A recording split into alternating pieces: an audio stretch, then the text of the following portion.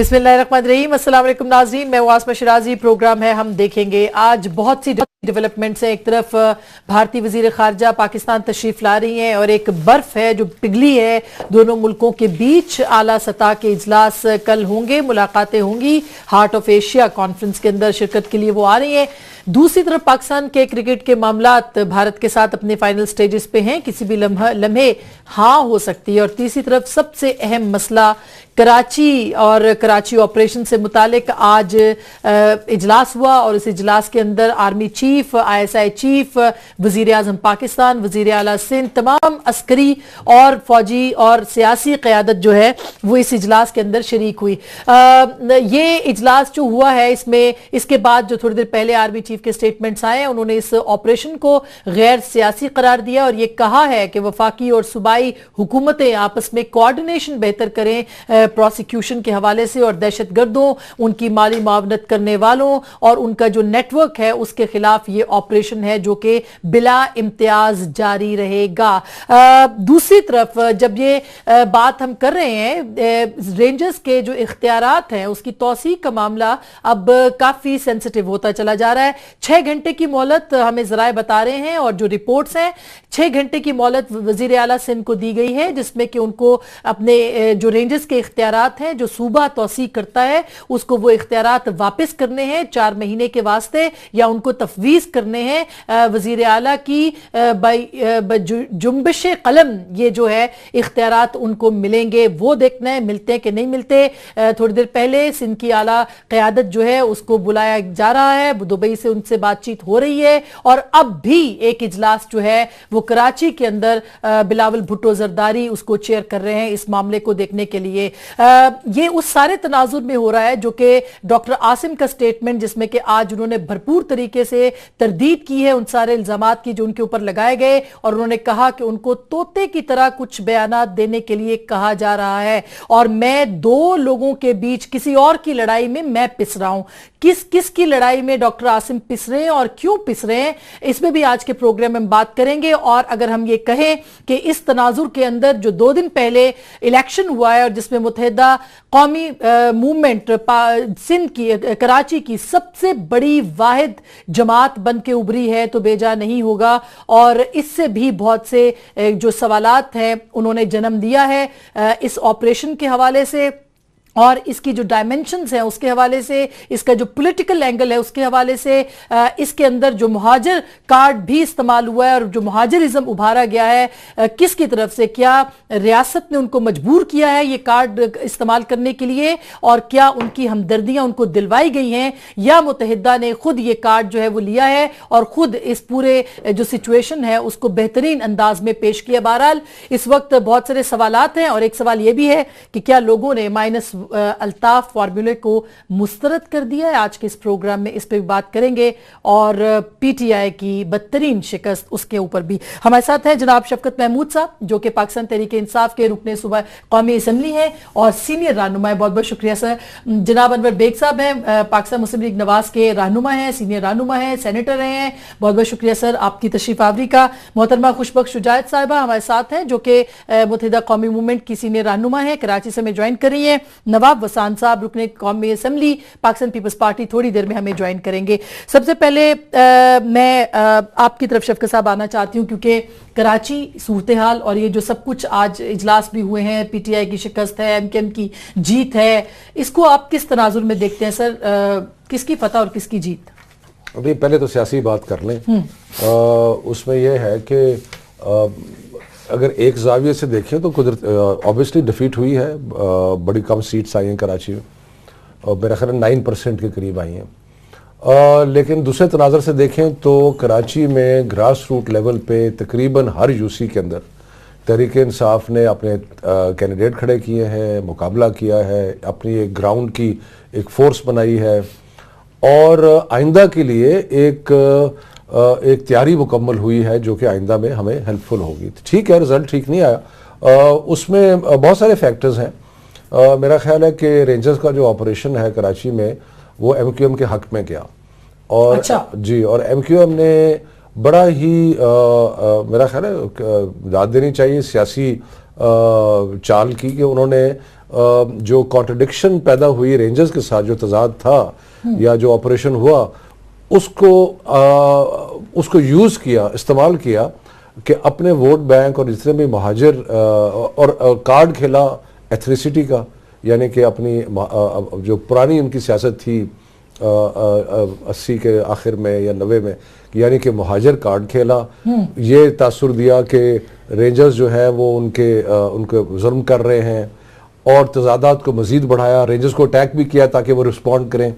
तो ये एक पूरा करके अपना एक वोट बैंक जो है उन्होंने मुस्तहकम किया। सो रेंजर्स का ऑपरेशन इस हद तक कि जो 30% वोटिंग में से बहुत कम हुई है कराची में, और उसमें बहुत सारे लोग तो वोट डालने नहीं आए, और जो आए उसमें से वो एक्टिविस्ट वोट डालने आए, और उसमें एमक्यूएम ने बड़ा क्लेवरली अपना जो कार्ड है, सियासी कार्ड, बड़े अच्छे खेले। ठीक, अच्छा खुशबख्श शुजात साहबा, आप क्या कहेंगी? एक तो ये मतलब मुत्तहिदा को मजलूम बनाया गया, या मुत्तहिदा ने खुद को मजलूम बनाया, या हमदर्दी का वोट था।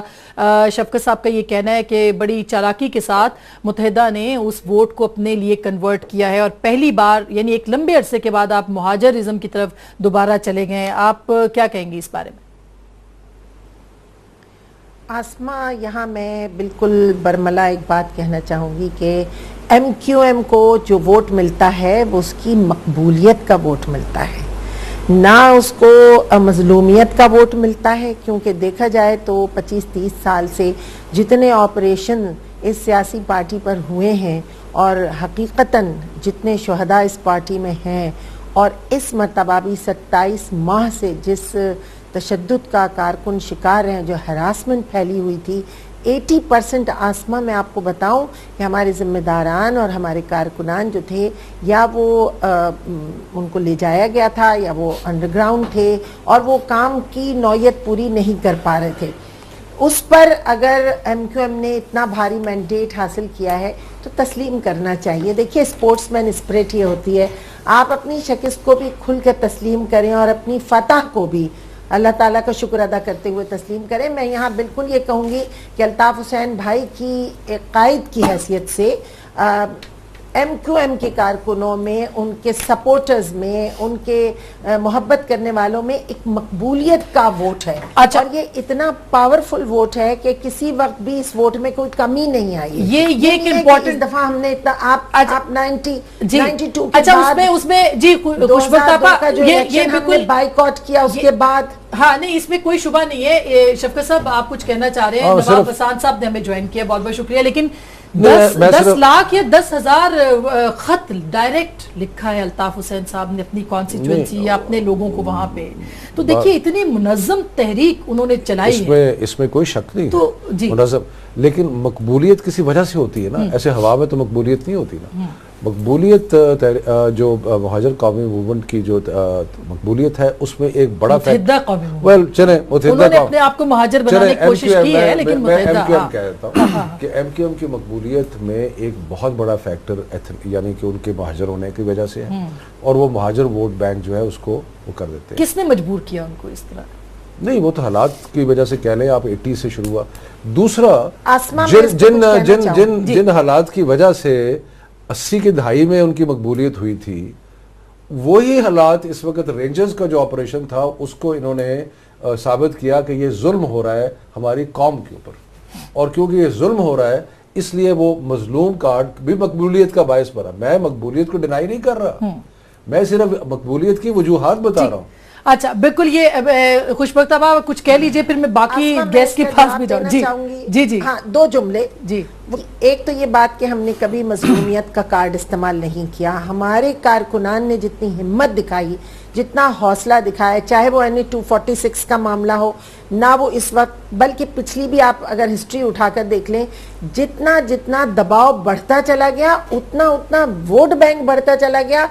हिम्मत बढ़ती चली गई, कारकुनान ज्यादा काम करते चले गए। ये शफकत साहब कह रहे हैं, यही तो मैं कह रहा हूँ। देखिए ये, लेकिन देखिए ना, ये उनकी सियासी सक्सेस, अच्छा ठीक है, पार्टी का एक सियासी अमल है और हम सियासी अमल को इस्तेमाल करना जानते हैं। हम एक बेहतरीन सियासी पार्टी है, हमारा इंतजामी अमल बड़ा जबरदस्त है और हमारे आप बेहतरीन जमात है या दूसरी तरफ जो है वो बेहतरीन नहीं है, मतलब ये भी एक बड़ा सवाल है बेग साहब। नहीं, ठीक, अच्छा वो ये कह रहे खेल नहीं है, नहीं बिल्कुल बच्चों का खेल नहीं, इसमें कोई शुबा नहीं। वो कह रही है हम बेहतरीन जमात है कि हमने कम से कम इसको पॉलिटिकल मूवमेंट बनाया इस चीज को। ये बेहतरीन जमात है या दूसरी तरफ जो है, जो भी है पॉलिटिकल जीत है ना हमारी, वो उनकी तरफ से बदतरीन अमल हो रहा है। जी आसमान देखें, सबसे पहले तो मैं ये समझता हूँ कि एमक्यूएम को मुबारकबाद देनी चाहिए कि उन्होंने अपनी कैंपेन अच्छी चलाई है, and they one, number 1। Number 2, मुझे अफसोस से कहना पड़ता है कि मुझे दुख होता है कि पाकिस्तान में अब कोई एक नेशनल पार्टी नहीं रही है, which is not a good sign at all. Yes, that's it's a very dangerous sign. और इस बल्दियाती इंतखाब के बाद तो और डेंजरस। नहीं, ये कॉन्सेप्ट तो आपको 2013 के इलेक्शन में नजर आ गया, बट ये जो अब जो इलेक्शन हुए, this has confirmed what happened in 2013 कि जी जो जहाँ वहीं पे उन्होंने सीटें ली हैं, दूसरी सूबों के अंदर they have not been very regional colour आ गया सर। और पीटीआई एक कौमी जमात के तौर पे हम ले रहे थे, मगर वो तो जिला ही भी नहीं रही है। मतलब वोट बैंक आप देखें तो आपको लगेगा हर जगह वोट बैंक है हमारा। शफकत साहब इस पे हम बात करते हैं, वैसे इस पे हम बिल्कुल डिटेल में आपसे बात करते हैं। अच्छा, और दूसरा ये जो कराची में हुआ है, I mean I personally expected कि पीटीआई कुछ बेहतर परफॉर्मेंस वहाँ करेगी। हमारी तो नून लीग की तो परफॉर्मेंस सिंध में अनफॉर्चुनेटली नहीं है, ठीक है ना। मैं ये समझता हूँ कि अगर ये पीटीआई on their own जाती कराची में, they could have done Jamaat Islami के अलावा। This is what I'm saying. सही बात। जमात as a party 2013 के बाद, I think they should just restrain themselves to religious activities rather than political activities. सही। और वो हमारे साथ भी फ्लर्टिंग की है उन्होंने लाहौर में, यानी मंसूरा की कॉन्स्टिट्यूंसी में लोकल बॉडीज में फरीद पराचा साहब के बेटे ने नून लीग का टिकट लेके लड़ाया election and he lost. So what I'm trying to say is this, they are flirting with मतलब ये भी है कि वोटर बड़ा समझदार है, वोटर बेवकूफ नहीं है, वो फ्लर्ट हर जगह कर रहे हैं। अच्छा, मैं इंटरेस्टिंग वैसे रिजल्ट्स आए हैं। लियाकत बलोच के बेटे ने हमारे से टिकट लेके वहां पे हारे, वो वहां पे भी। अच्छा देखिए ना, लियाकत बलोच साहब, इसका मतलब है कि जमात से लोग जो है वो भी हट रहे हैं, पीटीआई उसको अडॉप्ट कर रही है। ये फ्लर्टिंग चलेगी नहीं। मुझे बेग साहब एक छोटी सी ब्रेक लेनी है, फिर मैं नवाब साहब से बात करती हूँ। People's party second largest party बन के उभरी है, जितनी भी उसने वोट लिए हैं कराची के अंदर। कुछ लोग ये कह रहे थे तज्जिया निगार के पीपल्स पार्टी बिल्कुल खत्म हो गई, इस पे भी। और अब जो कन्फ्रंट्रेशन शुरू हो रही है रेंजर्स के इख्तियारात के हवाले से, ऑपरेशन के हवाले से, फिर बात करेंगे। ब्रेक के बाद हमारे साथ रहिएगा।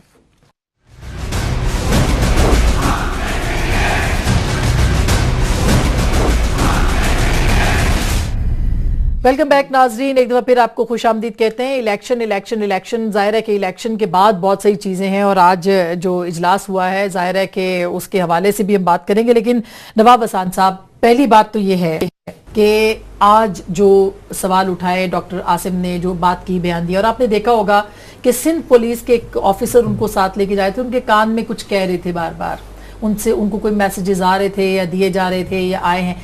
क्या उनका केस इसके साथ तो नहीं बंधा कि आज जो उन्होंने स्टेटमेंट दिया है यही स्टेटमेंट दें?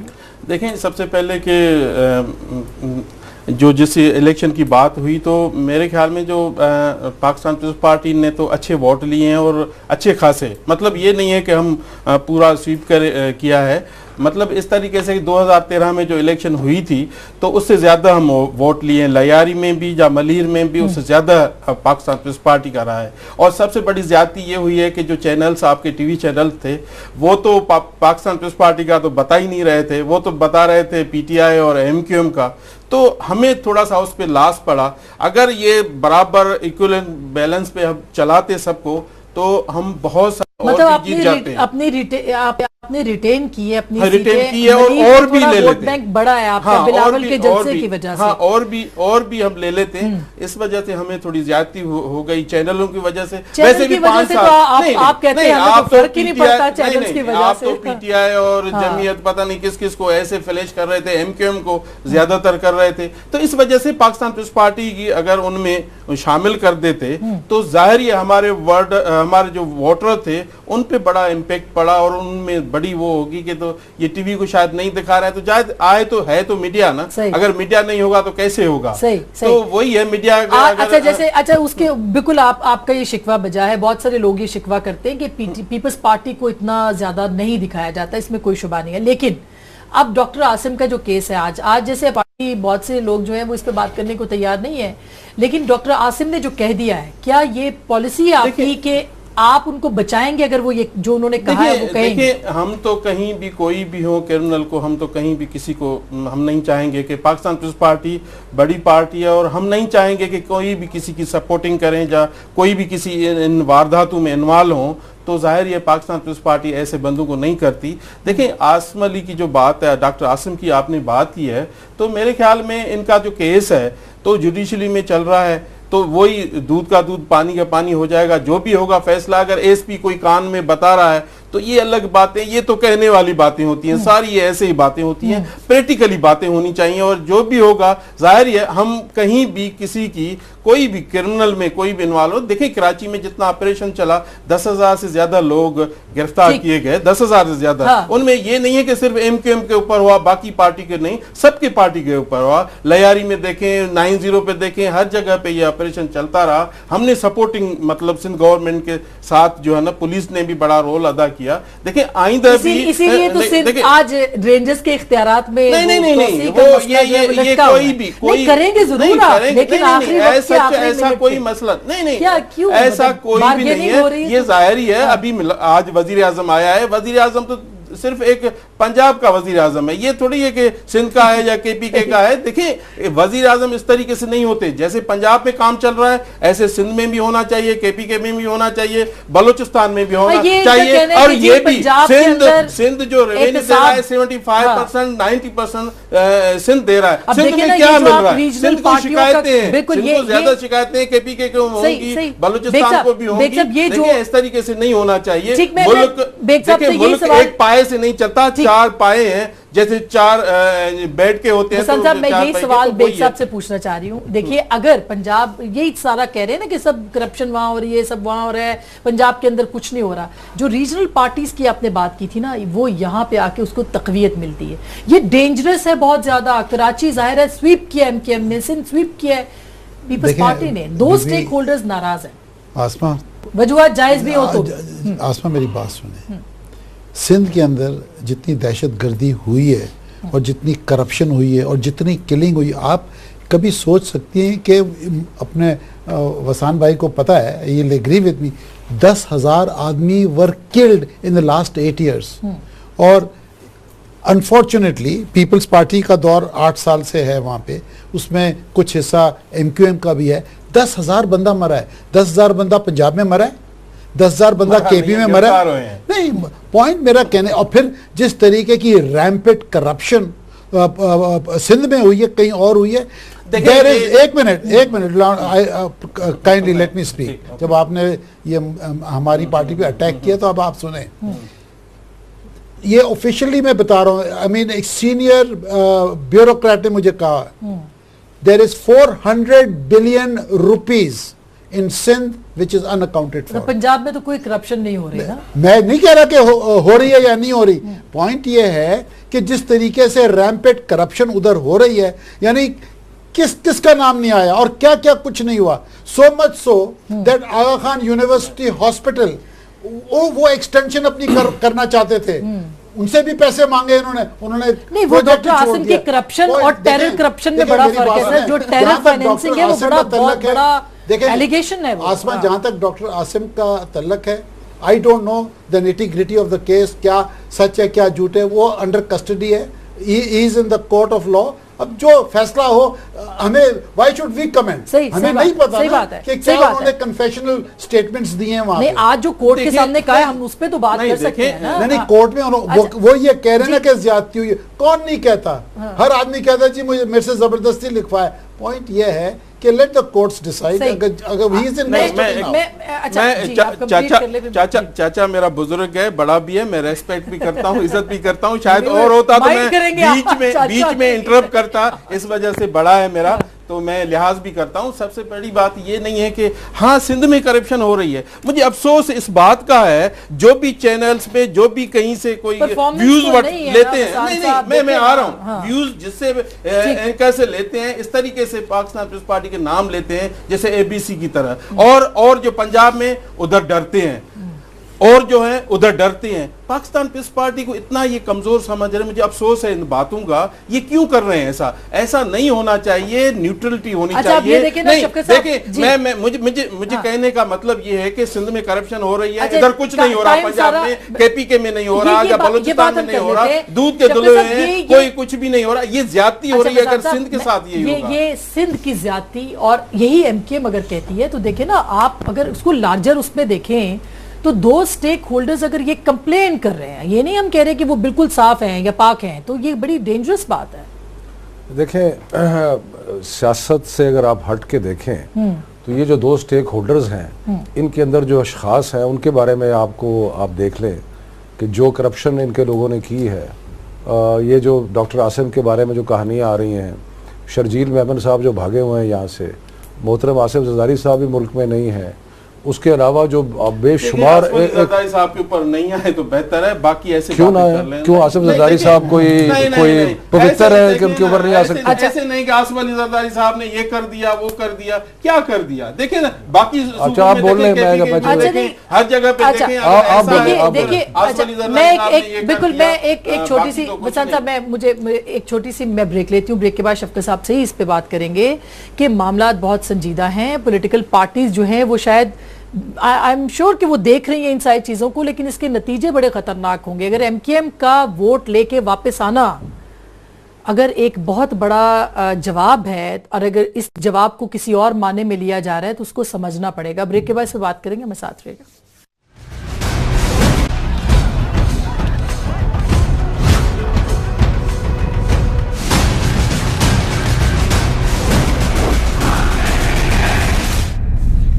वेलकम बैक नाजरीन, एक दफा फिर आपको खुश आमदीद कहते हैं। सबसे बड़ी बात यह है वोट कितने भी हों, एक तो पीटीआई को हम ये समझते हैं या समझते रहे हैं, अवाम भी एक तीसरी उम्मीद, तीसरी होप के तौर पे, पॉलिटिकल होप के तौर पे। अब जाहिर है जो सिचुएशन बन रही है सर, सब रीजनल पार्टीज हैं, अपने अपने वोट जिस तरह से ले रही हैं, पीटीआई नीचे जा रही है, कैसे ये होप रहेगी? पहले जो बात हमने शुरू की थी उसको मैं मुकम्मल जी। अगर वसान भाई को प्रॉब्लम है किसी का नाम नहीं उनके बाद में उनसे तो मैं नाम नहीं लेता, लेकिन बात यह है कि वोट अपनी जगह है और जिस किसी ने कोई जुर्म किया है वो एक अलग चीज है। अब अगर जराइम पेशा लोग पीपल्स पार्टी में हैं या जराइम पेशा लोग जो हैं वो एमक्यूएम में हैं या पीटीआई में हैं, उसका इस चीज से कोई ताल्लुक नहीं है कि पार्टी ने वोट कितने लिए। सही। अगर पार्टी ने वोटों को ढाल बनाया और कहा कि क्योंकि हमें वोट मिले इसलिए जो टारगेट किलर है उनको गिरफ्तार ना करो, या कोई और टेररिस्ट है उसको गिरफ्तार ना करो, या कोई करप्ट आदमी है उसको ना छेड़ो, तो फिर मेरा ख्याल है कि प्रॉब्लम होगा। और इसलिए पार्टीज को, सब पार्टीज को ये सोचना चाहिए कि हम अपनी सियासत को क्रिमिनलिटी से अलग रखें। जो कोई क्रिमिनल है वो अलग चीज है, जो सियासत है वो अलग चीज। अब रहेगा जहां तक तहरीक इंसाफ का ताल्लुक, मैं समझता हूं कि तहरीक इंसाफ को जरूर अपनी एक सोचने की जरूरत है, लेकिन जो स्टेटिस्टिक्स मैं आपके कागज को देख रहा था जिसमें 17 सीटें हैं पीटीआई की और 25 है पीपल्स पार्टी की, और उसमें 16 कराची की बात कर रहा हूँ, 16 है।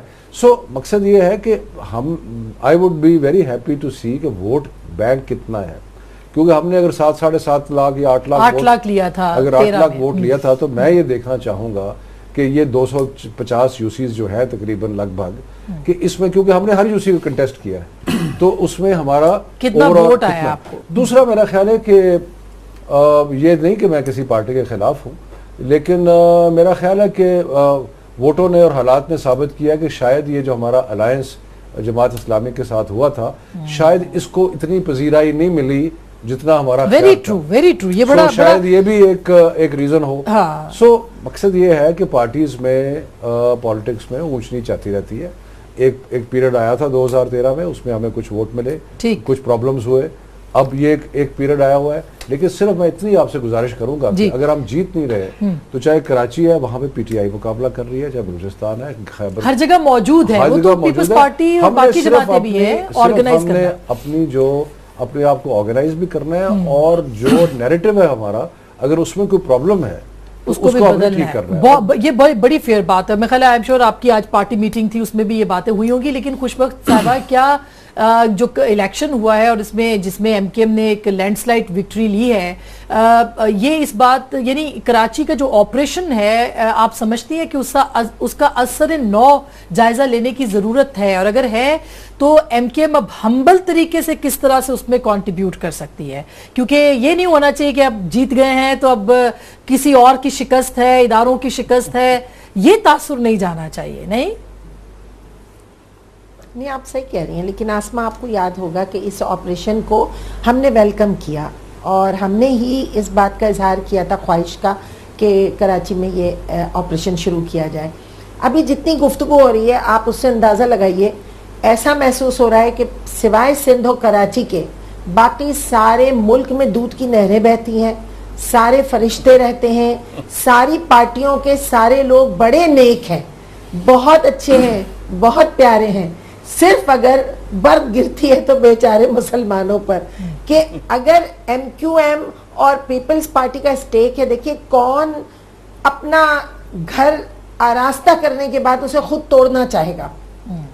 कैसे मुमकिन है कि हम अपने लोगों को खुद ही उठा के खड़ा करें और खुद ही तबाह बर्बाद कर दें? लेकिन अगर सिर्फ कराची में ऑपरेशन हो रहा हो और पूरे पाकिस्तान में उस सतह का ऑपरेशन ना हो रहा हो, और वहां भी करप्शन है, वहां भी क्रिमिनल्स हैं, आप मुझे बताएं किस जगह नहीं है? लेकिन खुशबख्त साहिबा, 15,000 के करीब आदमी जो है वो मारा गया 5 सालों में, गुज़िश्ता 5 से 7 सालों में।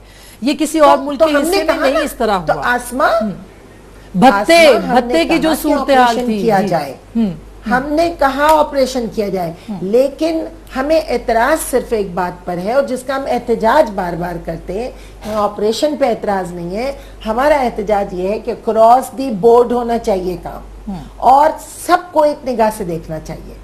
अब जो ये बात हो रही थी कि ये पंजाब और ये सिंध और ये बलूचिस्तान, असल में जहां महरूमियां जन्म लेती हैं, जहां मायूसियां जन्म लेती हैं, वहां ऐसा ही अमल शुरू हो जाता है। तो उस महरूमी को और मजबूरी को रोकने के लिए आपको बहुत इंसाफ से काम करना पड़ता है, लेकिन उस इंसाफ की क्योंकि कमी नजर आ रही थी, और क्योंकि एक पार्टी अगर आप मातूब कर देंगे और सिर्फ उसकी तरफ ही निशाना बना लेंगे तो फिर होगा क्या? लेकिन कमाल की बात यह है कि उसके बावजूद लोग उठकर खड़े हुए, ना ये तो इसका क्रेडिट भी आप बिल्कुल ये वोट डाला। खुशबख्त साहिबा, इसका क्रेडिट भी तो लॉ एनफोर्सिंग एजेंसीज को, पाकिस्तान के इदारों को, हुकूमतों को जाता है कि उन्होंने लोगों को कॉन्फिडेंस दिया कि वो अपनी चॉइस के मुताबिक आके वोट डालें। अल्ताफ हुसैन पे पाबंदी के बावजूद अल्ताफ हुसैन साहब के लिए लोगों ने वोट डाला है, तो ये एक पॉजिटिव चीज है ना, इसको मुस्बत अंदाज में भी लेना चाहिए। वाहिद पाकिस्तान का लीडर है जिसकी आवाज पे पाबंदी है, जिसकी सूरत पे पाबंदी है, जिसके मैंने खुद 25 या 30 कॉर्नर मीटिंग्स किए एक हफ्ते में, उसके बावजूद हमारा टीवी के ऊपर कहीं कोई कवरेज नहीं हुआ है। हमारी किसी जलसे का कवरेज, हमारी रैलियां भी सब नहीं, वैसे टीवी पे तो हर वक्त कराची चलता रहा। खुशबख्त बहुत अदब के साथ, बहुत अदब के साथ, बहुत अदब के साथ कराची के अलावा कुछ नहीं चला। ट्रस्ट में झलक आपकी नहीं दिखाई, ये कराची में ही तो सब कुछ हो रहा था। कराची में एक बात ही पूछना चाहता हूँ, हाँ सही है, सही बात। ये कह रही है ना कि एमक्यूएम के लीडर को दिखाया नहीं गया। आप ऐसा करें, मैं तो रिक्वेस्ट करता हूँ कि अल्ताफ भाई पाकिस्तान आ जाएं, बहुत हो गई है, लोगों की ज़रूरत है। मैं समझता हूँ कि पाकिस्तान आ जाएंगे, सब कहानी ख़त्म हो जाएगी, एंड आई थिंक वो अपनी क्लेंजिंग भी करेंगे। देखें, you have to face facts. MQM is a good grassroots party in Sindh, particularly in Karachi. वहाँ पे एक militant wing है, you have to admit it. ये जाए जितना डिनाई करें, कराची में किलिंग्स हुई हैं, न्यूज़मैन मरे हैं, अखबार वाले किलिंग्स हुई है। हाँ, सो पॉइंट ये है, इट्स अ गुड पार्टी, हमने खुद ऑपरेशन मांगा है।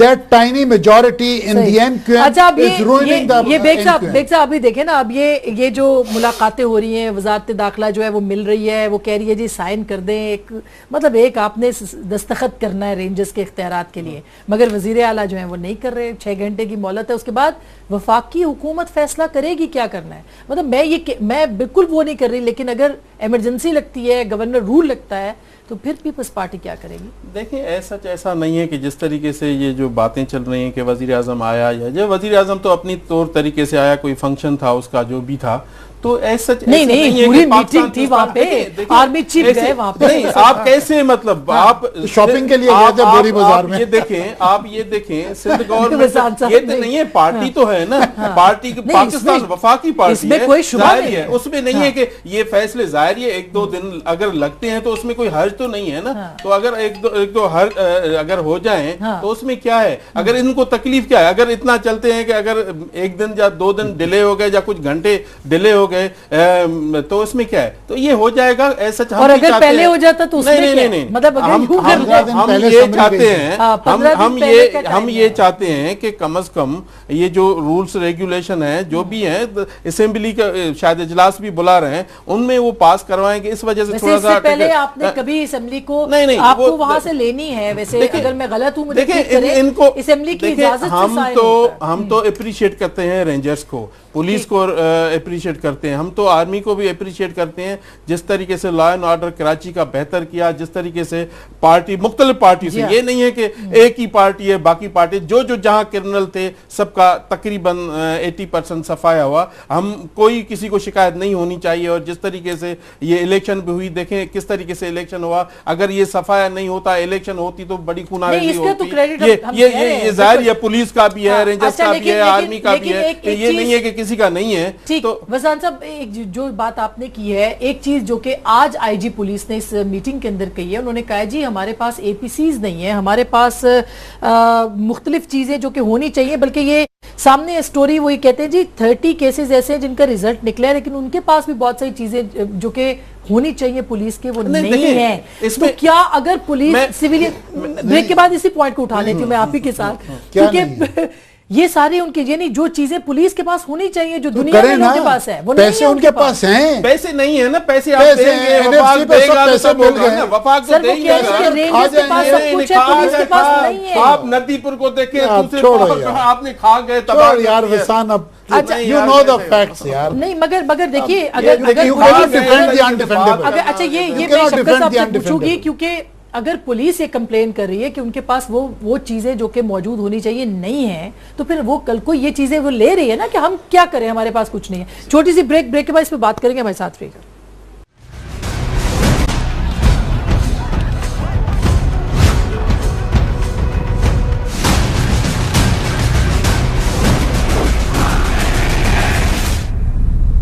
वेलकम बैक नाज़रीन, एक दफ़ा फिर आपको खुशामदीद कहते हैं। और हम बात कर रहे थे कि इख्तियारात की और उसकी तौसी के हवाले से, और फिर जो पुलिस के प्रॉब्लम्स हैं, आप बात मुकम्मल कर लीजिए, फिर मैं शफकत साहब के पास जाऊँगी। देखिए पुलिस के ज़ाहिर अगर आईजी साहब ने कहा है कि मेरे पास एपीसी नहीं है, जा और चीज़ों की ज़रूरत है, रिक्वायरमेंट है, तो मेरे ख्याल में वफाक को करना चाहिए। वफाक क्यों नहीं दे रहा? लेकिन सियासी भर्तियां ये तो नहीं है, सियासी भर्तियां कोई भी नहीं है। सियासी भर्तियां मेरिट पे होती हैं। किसने कहा कि सियासी भर्तियां होती हैं? तो पंजाब में नहीं होती या और सूबे में नहीं होती। देखें ये तो नहीं है कि वजीर आजम के लिए सिर्फ ये है पंजाब सूबा है, बाकी 3 सूबे नहीं है। मेरे ख्याल में हर सूबे की उतनी अहमियत है जितनी होनी चाहिए। एक भाई बाप के 4 बेटे होते हैं तो चारों की एक ही जैसी इज्जत होती है ना। ये नहीं है कि एक ही कम होनी चाहिए, एक की ज्यादा होनी चाहिए। तो हम ये चाहते हैं कि कम से कम केपी के या सिंध को या बलूचिस्तान को भी उस नजर से देखा जाए जिस तरीके से में भी आपकी नहीं देखें ये जो हमारा नहीं हमारी 18 अमेंडमेंट 19 अमेंडमेंट जो आसफ अली जरदारी साहब ने पार्लियामेंट को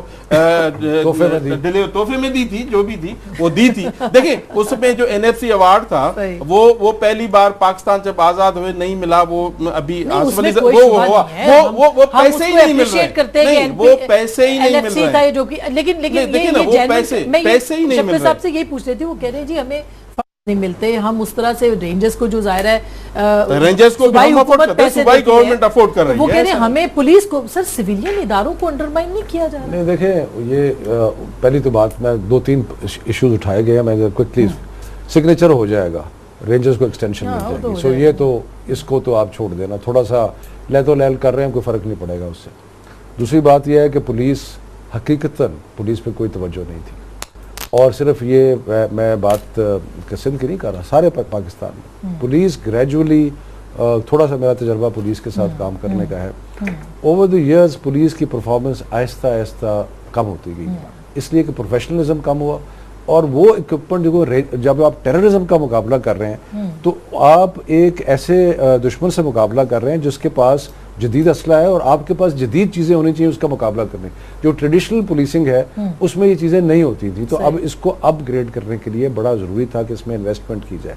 ये कहते हैं कि सिंध गवर्नमेंट के पास पैसा नहीं है, मैं नहीं मानता। मैं समझता हूँ कि अगर प्रायोरिटीज़ की बात है, अगर आप अपनी रीअरेंज कर रहे हैं प्रायोरिटीज़, और इस वक्त प्रायोरिटीज़ तहफ़्फ़ुज़, सिक्योरिटी, ये प्रायोरिटीज़ है, और नेशनल एक्शन प्लान में भी इसका जिक्र है, और ये एक बहुत बड़ा प्रॉब्लम बनेगा। मैं आपको बता रहा हूँ, आपने बात की सिविल मिलिट्री रिलेशंस की, मैं आपको बता रहा हूँ कि ये lack of performance, lack of effort on police, magistracy वगैरह, ये एक प्रॉब्लम बनेगा।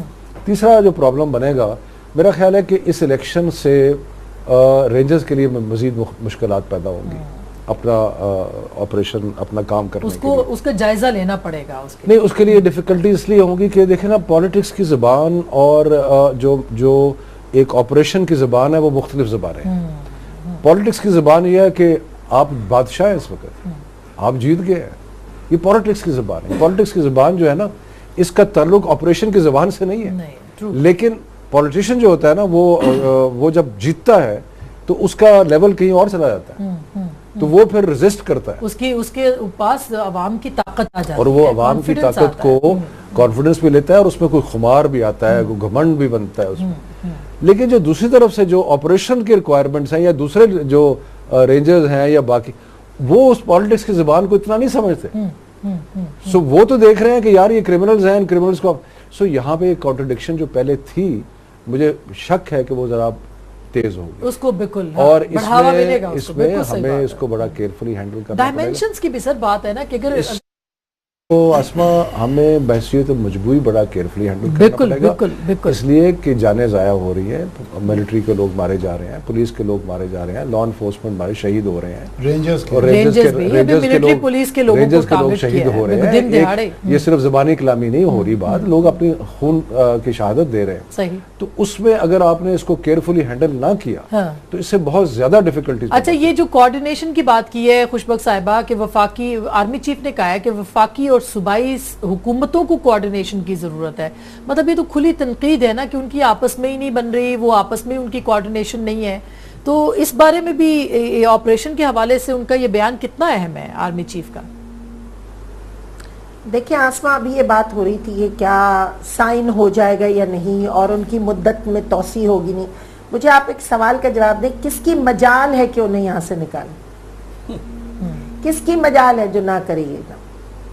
एक तो ये बात। दूसरी बात ये, जब उन्होंने कह दिया कि हमारे जब तक अहदाफ मुकम्मल नहीं होंगे, आखिरी हदफ तक हम काम करेंगे, और ये भी कहा है कि आखिरी दहशतगर्द के खात्मे तक ये ऑपरेशन जारी रहेगा, ये बिल्कुल वाज़ेह बात है। अब इसके बाद इस पर कोई बहस करना बिल्कुल ही बेकार बात नजर आ रही है। एक और बात कि देखिए, सिपह सालार हैं राहिल शरीफ साहब, पाकिस्तान की रियासत के, वो आ रहे हैं कराची। नवाज शरीफ साहब जो है वो वजीर आजम है, वो आ रहे हैं कि एपेक्स कमेटी का इजलास हो रहा है। माफ कीजिएगा, 2 दिन से ऐसा लग रहा था जैसे आज पता नहीं क्या हो जाएगा।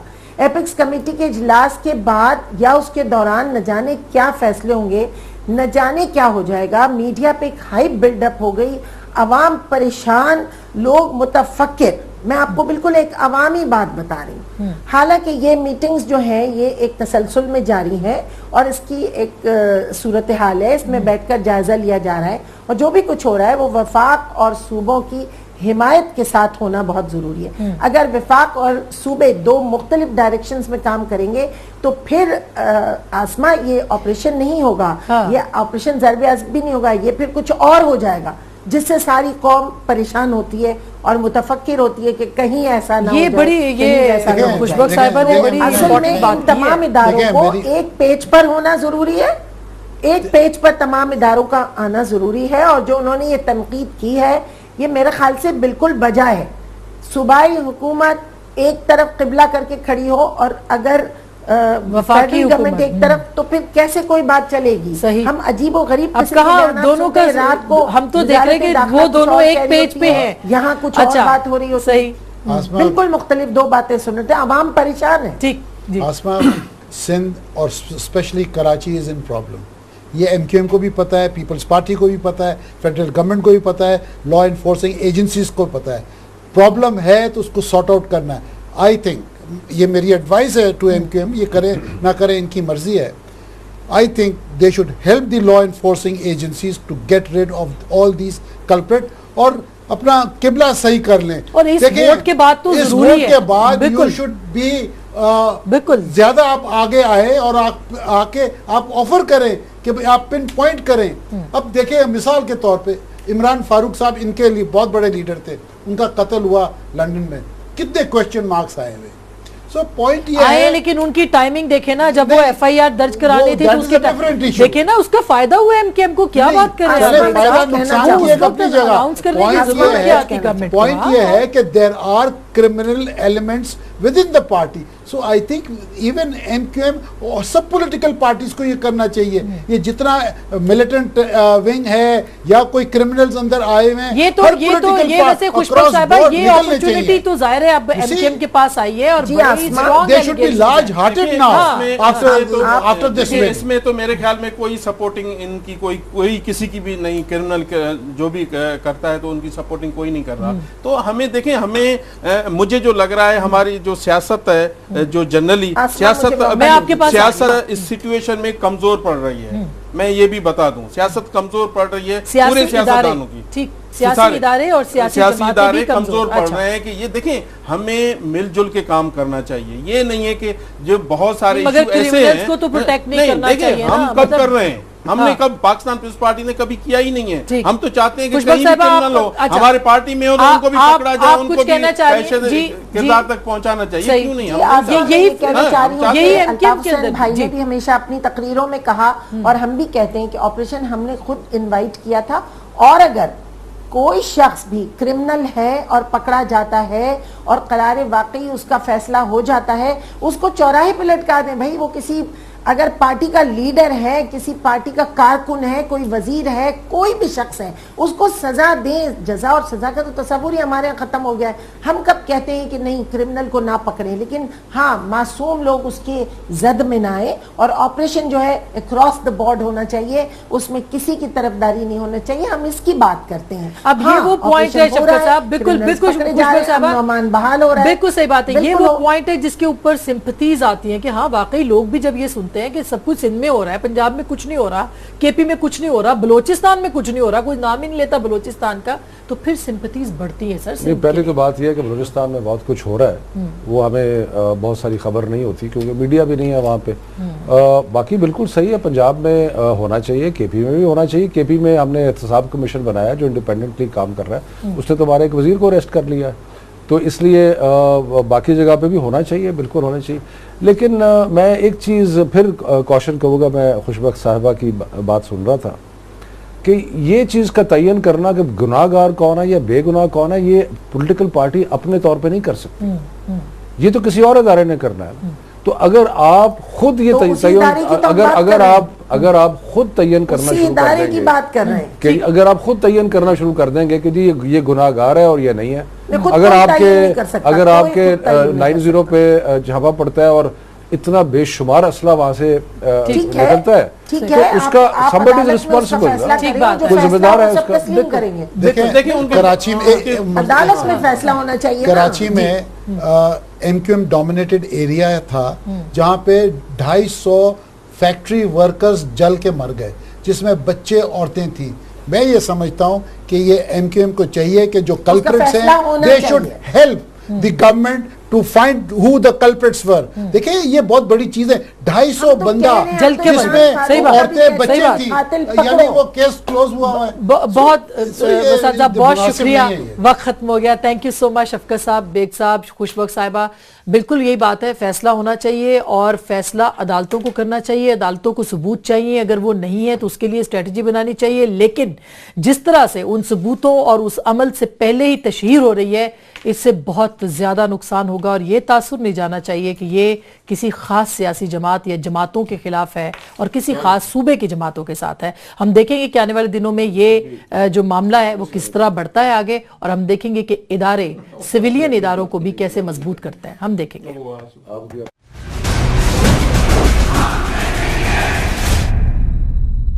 तस्वीरों में खबरें हैं, बातों में सच्चाई है, हर